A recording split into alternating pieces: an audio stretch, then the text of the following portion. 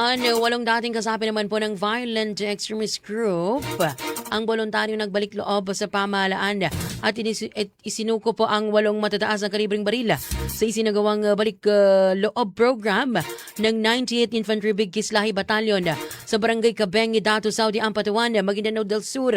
Kahapon po ito, July 30. Mga kasernation formal po na ipinresinta ni Lieutenant Colonel Loki O. Marco, Commanding Officer ng 98th Infantry Battalion, ang mga nagbalik loob.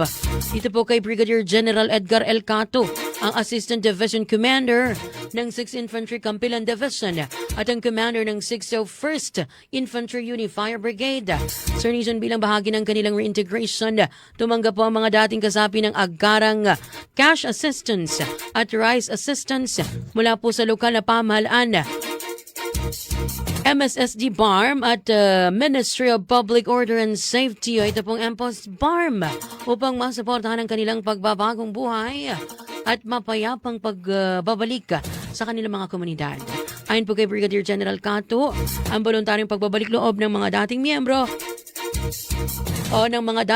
po ng armadong grupo at pagsuko ng kanilang mga armas ay nagpapakita ng lumalakas na tiwala ng mamamayan sa mga programang pangkapayapaan at pamahalaan.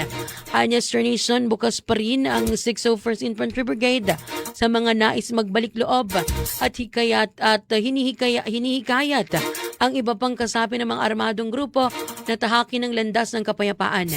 Samantala, pinuri naman ni Major General Jose Vladimir R. Cagara, ang Acting Commander ng Western Mindanao Command, Commander ng 6th Infantry Campilan Division at ng Joint Task Force Central, ang 98th Infantry Battalion at the 601st Infantry Brigade dahil sa patuloy na pagpapatupad ng mga programang naglalayong mapalakas ang kapayapaan sa Central Mindanao. Mga kasernation, sinabi ni Cagara na ang sunod-sunod na pagbabalik loob ng mga dating kasapi ng violent extremist groups at ang pagsuko ng mga loose firearms ay bunga ng maayos na koordinasyon ng militar, mga lokal na pamahalaan, iba pang ahensya ng gobyerno at ng suporta po ng mga komunidad.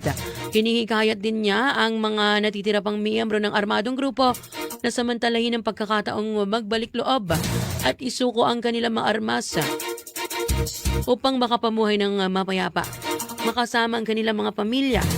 Nanawagan din po si Cagara sa publiko na patuloy na makipagtulungan sa mga puwersang pansiguridad upang mapanatili ang kapayapaan at matiyak po ang maayos at ligtas na pagdaraos ng nalalapit na BARM parliamentary elections.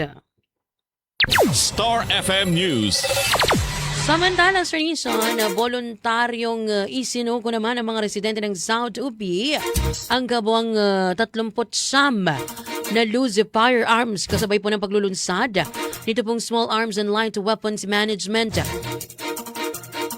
Ito pong SALW program ng Office of the Presidential Advisor on Peace, Reconciliation and Unity. Ito pong OPA-PRO sa Municipal Gymnasium po ng Bayan noon pong July 29.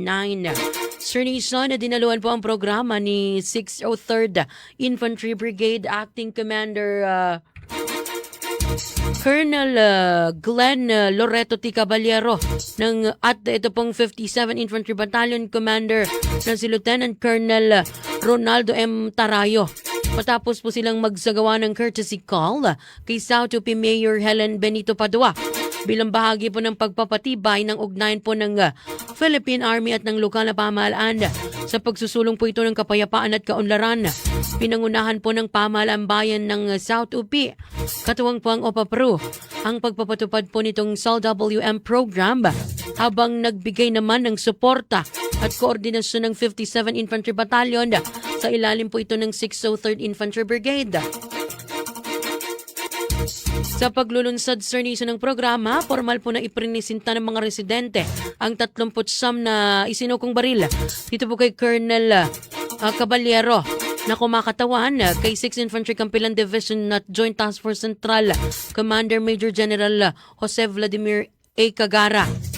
Bukod po sa pagsuko ng mga armas, Sir Nation, tumanggap din po ng livelihood assistance ang mga kwalipikadong benepisyaryo ng programa upang matulungan silang magkaroon ng pangmatagalang kabuhayan at mapabuti ang kanilang pamumuhay.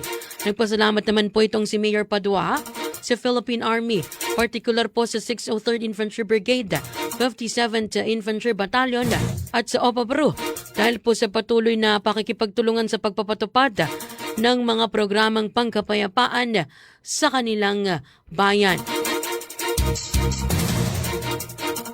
Samantala, Sir Nation, muli pong tiniyak ni Major General Cagara ang suporta ng 6th Infantry Division sa SAL-WM program. Ayon po sa kanya, ang bawat baril na voluntaryong isinusuko ay sumisimbolo sa pagtitiwala sa pamahalaan at pagpili ng kapayapaan kaysa karahasan na mahalagang hakbang tungo sa mas ligtas at mas maunlad na komunidad.